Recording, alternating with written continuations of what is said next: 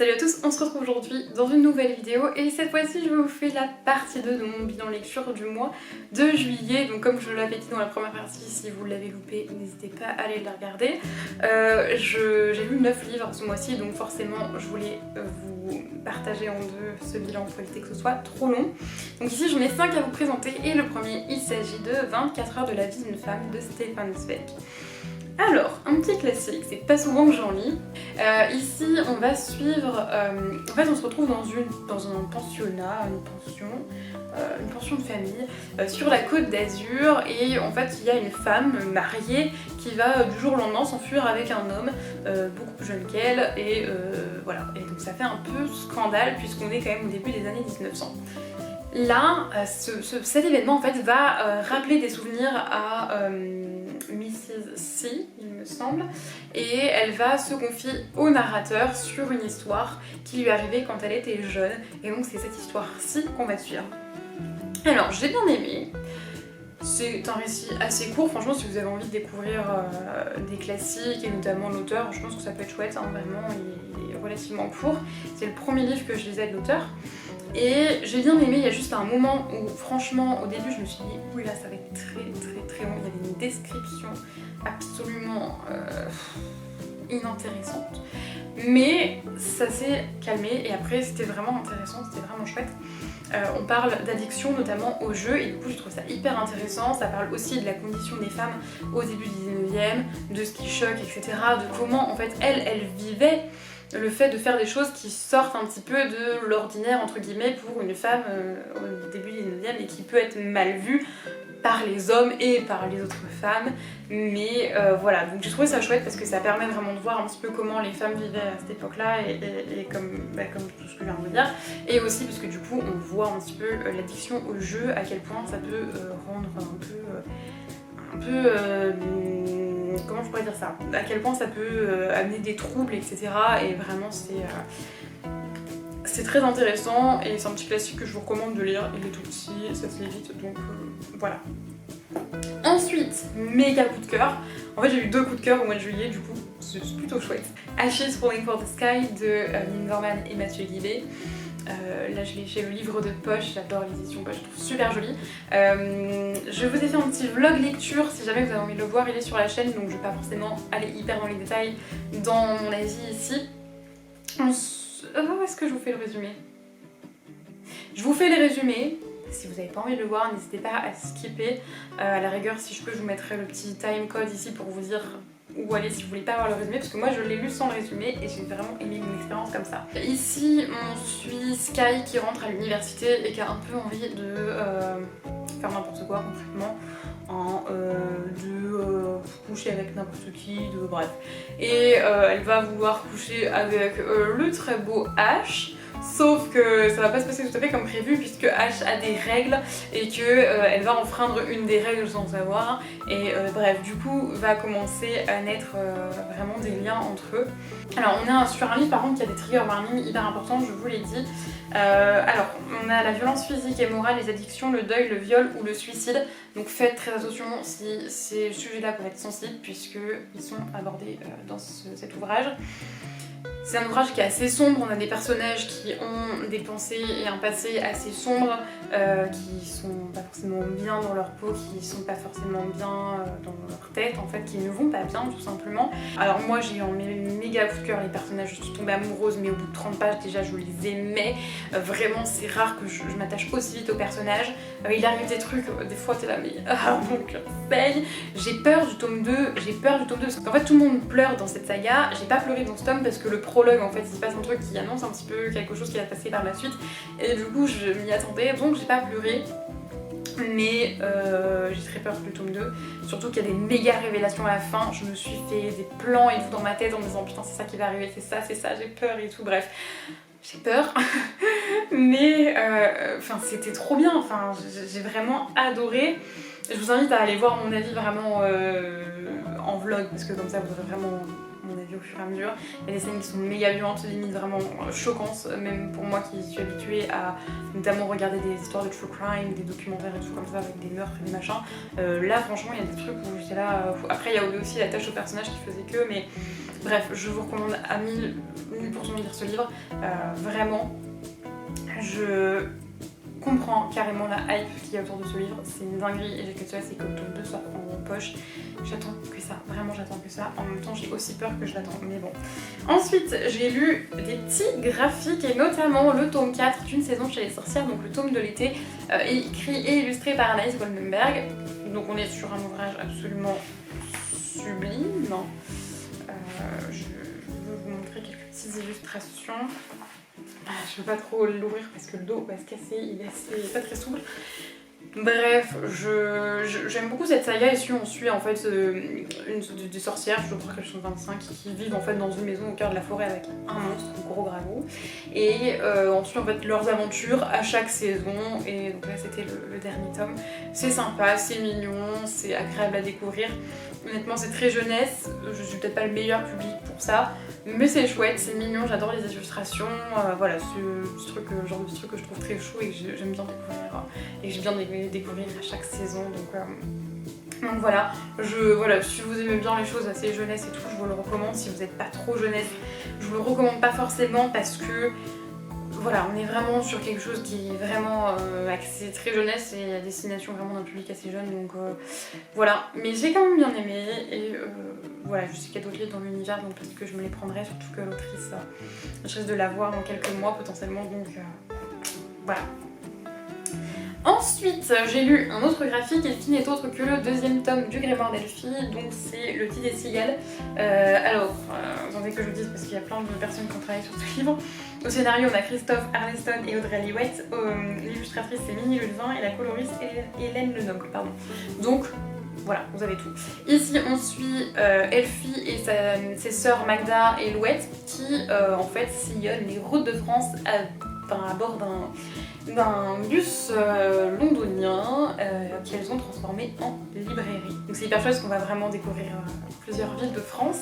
Elfie, elle est un petit peu particulière puisque sa maman qui est décédée dans un incendie lui a laissé comme héritage un grimoire avec des pouvoirs magiques. Et oui. Et donc ici on va se retrouver en Provence et à chaque histoire il y a une petite enquête et tout. Je trouve ça trop chouette, ça me fait un petit peu penser au carnet de cerises. Si vous avez aimé les carnets de cerises, foncez, je suis sûre que vous allez adorer. Et c'est fou déjà, c'est des illustrations absolument sublimes, mais vraiment sublimes. On a du coup des petites pages un petit peu comme des carnets et c'est trop chouette. J'adore, je trouve ça mignon, les personnages je les adore. J'ai remarqué un petit truc, c'est qu'à chaque jour, en fait, les personnages changent de vêtements. C'est peut-être comme ça dans plein de BD, mais je sais pas, là je l'ai remarqué aussi parce que j'adore le style de Magda, donc voilà. Mais j'adore, je trouve ça trop mignon, on s'attache trop. Là on avait des petites souris et tout, j'ai adoré les petites souris, c'était trop chou. Donc voilà, et en plus avec cette BD là, il y avait d'offert un petit carnet, un petit kit d'origami, donc j'ai trop hâte d'essayer. Voilà, et vraiment c'est trop mignon. Bref, j'adore ces BD, j'ai qu'une seule assez de lire le tome 3 qui se passe, il me semble, en Alsace. On a des trucs un petit peu dans l'esprit de Noël sur la couverture, donc je me le garde pour la période de Noël, mais j'ai trop hâte. Et le dernier livre, et croyez-moi qu'il y a pas mal de choses à dire dessus, il s'agit de Love Diary de Florian Joy qui est en auto-édition. Florian Joy, vous la connaissez sûrement parce que elle fait pas mal de vidéos, que ce soit sur YouTube, TikTok, etc. avec son mari Chris et sa fille Liliana. Je pense que ça vous dit quelque chose. Moi j'adore les suivre, je les trouve adorables, vraiment j'adore les suivre. Mais ici on est là pour parler du livre. Ici on suit donc Noah qui vient de se faire tromper. En fait ça fait un mois qu'il a découvert qu'il se faisait tromper. En fait il vient pas se faire tromper parce que ça fait un moment déjà que sa femme le trompe. Mais il s'en est rendu compte un mois avant le début de l'histoire. Donc le mec est brisé, mais il va trouver un carnet, un mystérieux carnet, journal intime qu'il va lire et là il veut absolument retrouver qui a écrit ce journal. Et en parallèle il rencontre aussi Emma qui est une très jolie libraire et vous comprenez bien, le mec il veut pas résister.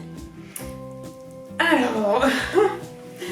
Le mec tombe amoureux en 2 jours top chrono, il vient de se faire larguer, il est brisé, en même temps il se rend compte que peut-être qu'il aimait plus tant que ça son ex, mais il tombe amoureux de Emma et en même temps il tombe amoureux d'un journal intime. Vraiment c'était... Il tombe amoureux hyper vite, ça va hyper vite. À un moment donné il fait une réflexion genre Ouais, vous sentez, ça commence à monter là. Il fait une réflexion genre, on est entre amis et couple. De quoi couple? Vous n'êtes pas tenus la main, vous n'êtes pas embrassés, rien, mais c'est rien passé du tout. Il n'y a pas de couple qui soit, vous n'êtes pas entre amis et couple. Au pire, t'es amis, mais t'es certainement pas couple en fait. C'est quoi le délire? Ça va hyper vite dans leur relation, il y a des étapes qui sont carrément brûlées. Enfin, vraiment, ça va trop vite. C'est pas du tout crédible selon moi. Le journal, moi il y a un truc qui me gêne dans le journal, c'est qu'à un moment donné, par exemple, dans certaines des pages, elle fait oui, on n'a jamais roulé sur l'or dans notre enfance et tout. Mais t'écris ça dans ton journal intime, toi? Tu parles de trucs. Enfin, en fait, elle met le contexte en place, elle met plein de trucs en place, alors que c'est un journal intime. Donc en fait, c'est pas crédible à ce niveau-là. Et il n'y a pas vraiment cette notion de journal intime où t'as vraiment l'impression de lire effectivement un journal intime. Et j'ai trouvé ça un peu dommage, ça aurait pu être amené différemment. Bon, voilà. Je prends mes notes parce que j'ai pas mal de choses à dire. Il y a pas mal de coquilles. Donc des fautes d'orthographe, des lettres en trop, des mots qui sont disparus. Bon, c'est l'auto-édition, je veux bien comprendre que pour la relecture c'est pas évident, mais quand même. J'en ai relevé quand même pas mal, alors que pourtant moi des fois il y a des coquilles. Par exemple, je sais que la malédiction d'Excalibur chez de Saxus, il y avait des coquilles, j'ai jamais rien vu moi. Donc je sais que des fois je les vois pas, donc faut vraiment y aller pour que je les vois. Bref, voilà.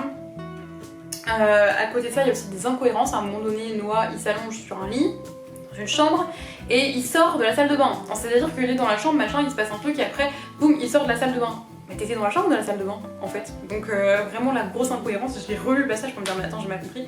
Non, j'ai bien compris, il y a un problème, donc bref, voilà. Donc un peu... Bon, bref. Et moi, il y a des trucs qui m'ont gênée, notamment à un moment donné, une réflexion qui est faite. Genre Noah, il dit, en parlant de sa sœur, ouais, elle pense à trier le linge, chose qu'un homme ne pense pas à faire. Ah oui, parce qu'une femme, du coup, comme une femme, c'est là pour s'occuper du linge, s'occuper de la maison, machin, c'est sûr qu'elle y pense, alors que toi, comme t'es rien foutu de faire chez toi, un homme, ça fait pas le ménage et tout, hein, il n'y pense pas. Ah, je vous jure, ça fait genre de truc, je supporte pas. Ça m'énerve, je pense que vous le sentez, ça me gave. Y a pas de réflexion comme ça, c'est n'importe quoi. En plus, Osri, c'est une femme, ne fait pas ce genre de réflexion, c'est nul, mais non, ça c'est pas possible, ça n'a aucun lieu d'être, on fait pas ça. Une autre réflexion sur un moment donné, au tout début, Noah se prend un speed dating. Et là, il se retrouve en face d'un mec qui fait non mais je suis pas gay. Et puis après, il y a une réflexion genre j'ai jamais rien eu contre les gays, aujourd'hui ça va commencer. J'ai pas compris l'utilité de ta réflexion. Là pour moi c'était pas possible. Je sais très bien que l'autrice pas homophobe et tout, y a rien de... Voilà, je pense pas que... Elle a pas du tout voulu faire quelque chose de mal et tout en écrivant ça. Mais pour moi c'était mal tourné, c'était pas nécessaire et il aurait mieux fallu ne pas le faire. Peut-être qu'elle a voulu mettre justement de la représentation mais c'était mal amené. Pour moi faudrait mieux rien mettre que le mettre là. Voilà, hein, pour moi la réflexion était pas trop... Enfin, ça servait pas à grand chose de la mettre là. Donc voilà. Est-ce que je vous ai tout dit sur ce qui m'a gêné? Je pense. Bref, voilà, vous avez bien compris, il y a beaucoup de choses qui m'ont gênée. On est sur un deuxième roman, donc je peux concevoir qu'il y ait des... Mais j'ai lu plein de premiers romans d'autres autrices et auteurs qui honnêtement étaient selon moi bien mieux que celui-ci.